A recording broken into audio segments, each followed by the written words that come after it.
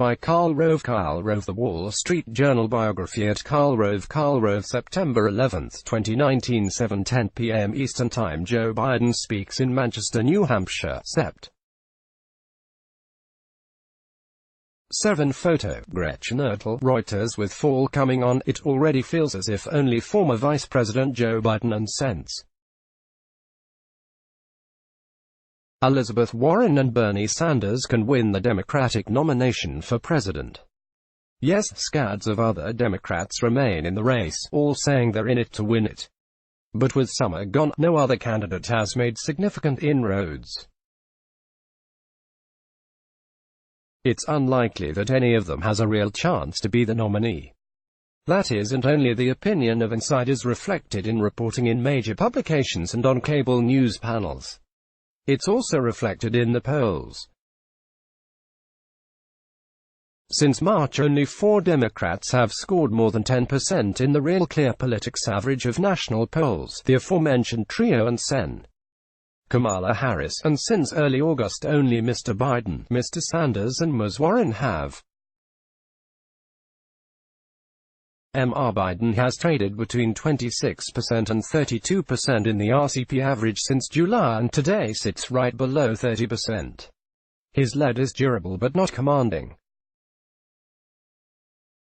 He has little margin for error. Since clocking in at 8% in RCP in early June, Ms. Warren has been rising. At first it looked as if she was growing at Mr. Sanders' expense, but the Vermont socialist was then at 17% and is at 18% today. It turns out Ms. Warren's jump 18.7% has come at the expense of the rest of the field, especially Ms. Harris, who faded from 15% in mid-July after the first debate to 7.2% now. Ms. Harris' first big post-introductory moment, her takedown of Mr. Biden in the first debate, was too cute and lacked follow-through. She has hurt herself by vacillating on health care and other issues with self-serving and evasive answers. While the press treats Ms. Warren as the next big thing and mostly ignores the irascible Bernie, it's important to remember that in the 27 national polls since August, Sanders led Ms. Warren in 17.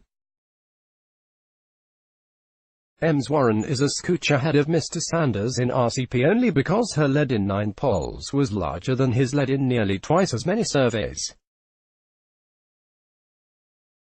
Lots of seemingly talented candidates blew their introductions, and do-overs are hard. The debates have shown that it's difficult to break through on a crowded stage. For anyone other than Mrs. Biden and Sanders and Ms.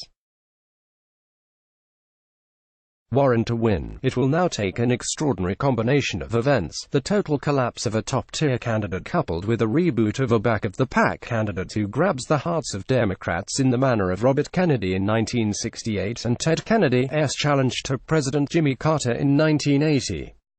It's hard to imagine that happening. The top 3 candidates today command the support of roughly 2/3 of Democrats, leaving a third for the remaining 17 to split up.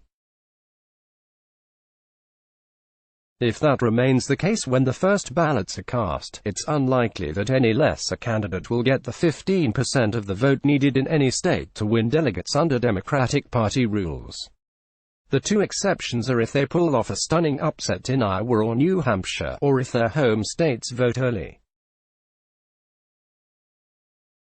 I'm talking to you, Robert Francis O'Rourke and Sen. Amy Klobuchar, potential kingmakers. Theoretically, there's still time for the basic dynamics of the race to change. Iowa is more than 4 months away. But this Democratic contest started in earnest earlier and ramped up faster than previous ones. New rules also have had an impact. Candidates spent precious time and money on expanding donor files and performing well in a handful of state polls to meet the thresholds to get on the debate stage. These efforts drew them away from building strong local organizations and focusing on compelling messages. The lesser lights can still do damage to the top-tier candidates, but that doesn't mean it'll catapult the instigator to the top. Consider Representative Tim Ryan's comment that Mr. Biden's mental acuity is declining. Mr. Ryan won't benefit from that explosive charge. Ms. Warren and Mr. Sanders will. As lower-tier candidates fall out, the supporters will have to pick among whoever's left. The second choices may settle the contest. The outcome will depend on how the tension is resolved between the desire to select a candidate who can win and a candidate who is a true believer. Mr. Biden could be threatened if voters convince themselves the latter is synonymous with the former. Many candidates will crowd Thursday's Democratic debate stage, but only three, two of whom are radically left-wing, can realistically cross the finish line. Mr. Rove helped organize the Political Action Committee American Crossroads and is author of The Triumph of William McKinley Simon.